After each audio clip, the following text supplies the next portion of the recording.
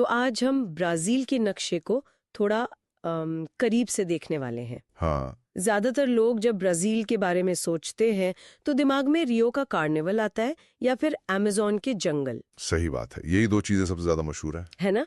पर आज हम इन मशहूर जगहों से थोड़ा आगे बढ़कर ब्राजील की असली बनावट को समझेंगे।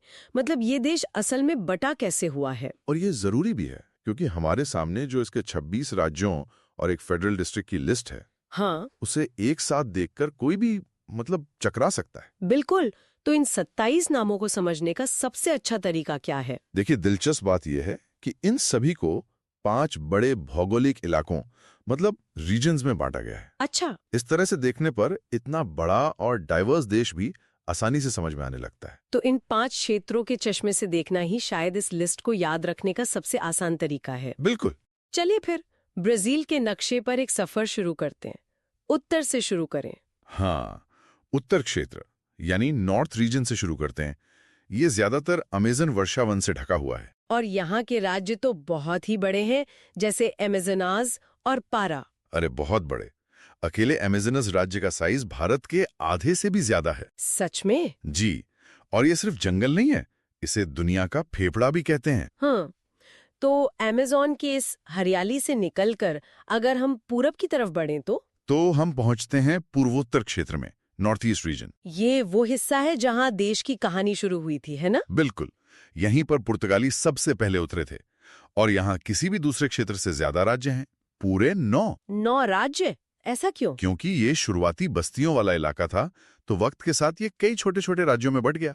बाहिया जैसा राज्य यही है, जो अफ्रीकी ब्राजीलियाई संस्कृति का दिल माना जाता है। ये तो बड़ी दिलचस्प बात है। अच्छा, अब अगर हम देश के दिल की तरफ चलें, मध्य पश्चिम क्षेत्र में, तो यहाँ का नजारा बिल्कुल अलग है। यहाँ घने जंगल नहीं, बल्कि दूर दूर तक फैले खेत मिलेंगे। इसे ब्राजील का ब्रेड बास्केट भी कहते हैं। सही कहा। सही कहा। सोयाबीन और मक्के की जबरदस्त पैदावार होती है यहाँ। लेकिन इसकी असली पहचान है देश की राजधानी ब्राजीलिया। और ब्राजीलिया के बारे में एक चीज मुझे हमेशा थोड़ी कंफ्यूज करती है, ये किसी राज्य का हिस्सा नहीं है। नहीं, ये अपने आप में एक फेडरल डिस्ट्रिक्ट है। तो क्या हम इसे भारत की राजधानी दिल्ली की तरह सोच सकते हैं, जो एक केंद्र शासित प्रदेश है? बिल्कुल सही एनालॉग है। डिस्ट्रिक्ट ऑफ फेडरल का मतलब ही यही है। ये सीधे केंद्र सरकार के अधीन आता है। अच्छा, तो अगर मध्य पश्चिम देश का पेट भरता है तो दक्षिण पूर्व उसकी तिजोरी भरता है। हाँ, बिल्कुल सही कहा। यहाँ से कहानी और भी दिलचस्प हो जाती है। दक्षिण पूर्व में रियो डी जनेरियो और साओ पाउलो जैसे नाम हैं। जी। और यहाँ सिर्फ 4 राज्य हैं, लेकिन देश के कुल एरिया का ये महज 10% है। सिर्फ 10%? हाँ, पर ब्राजील की 40% से ज्यादा आबादी और आधी से ज्यादा जीडीपी को यही 4 राज्य संभालते हैं। ओह, ये तो एक जबरदस्त असंतुलन है। बहुत बड़ा।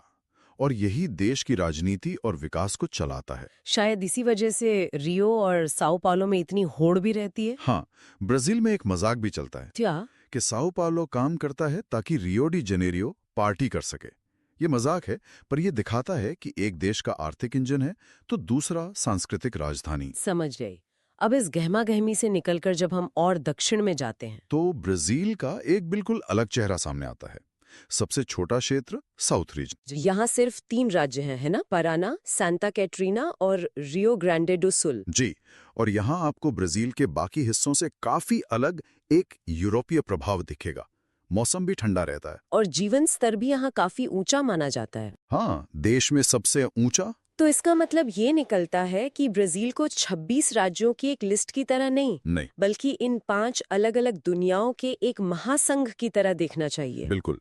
उत्तर के जंगल, पूर्वोत्तर का इतिहास, मध्य पश्चिम की खेती, दक्षिण पूर्व की आर्थिक ताकत और दक्षिण का यूरोपीय मिजाज। एक ही देश में कई देशों जैसा है। और यही बात एक जरूरी सवाल खड़ा करती है। हाँ। सोचने वाली बात यह है कि ये बंटवारा सिर्फ भूगोल का नहीं है, ये ब्राजील के गहरे सांस्कृतिक और आर्थिक बंटवारे को भी दिखाता है। तो ये इतनी अलग अलग क्षेत्रीय पहचानें मिलकर एक राष्ट्रीय पहचान आखिर बनाती कैसे हैं?